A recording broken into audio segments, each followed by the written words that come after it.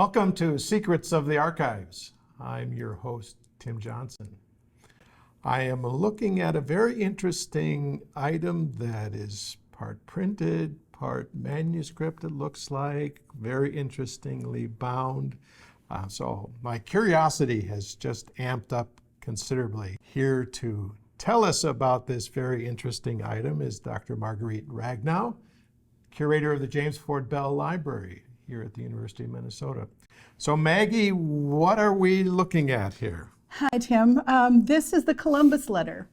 It is a 1493 printing of the letter Columbus wrote and sent back to the crown heads of Spain, announcing his discovery of the route to China. It is actually one of two different printings. Our printing is called Plannck I. It was published by Stephan Plannck, a German printer working with the Papal Chancery in Rome.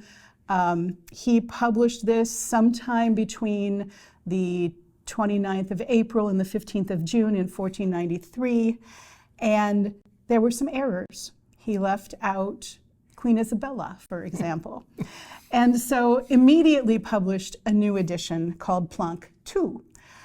You may have read in the news that Christie's recently auctioned off a copy of the Columbus letter for $3.9 million, which I find rather astonishing. But nevertheless, that was a Plannck II. So ours is the earlier edition, probably worth more, if that's possible.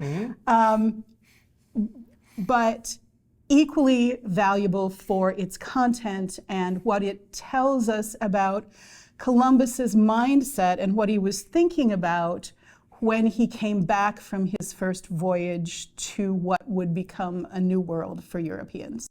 So this has got all kinds of big name kind of stuff associated with Christopher Columbus, Plannck I, so printing history, it's significant. How did this item find its way to the University of Minnesota? This was purchased by James Ford Bell himself. He was an avid book collector from an early age. As he neared the end of his life, he started collecting books relative to the discovery, exploration, and settlement of the Americas, and this is one of the books that he collected for his personal collection. In the 1940s, he started thinking about leaving the university a legacy.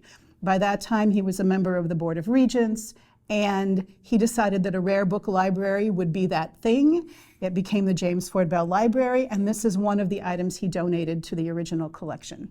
Now, how would students and researchers use such a letter, and how can they gain access to it? Anyone can take a look at this. Just contact the James Ford Bell Library, and we would be happy to make an appointment for you to see it. It has testaments by 3 different booksellers in the front, guaranteeing its authenticity. And then after a couple of pages, we have the letter itself. This comes with a translation.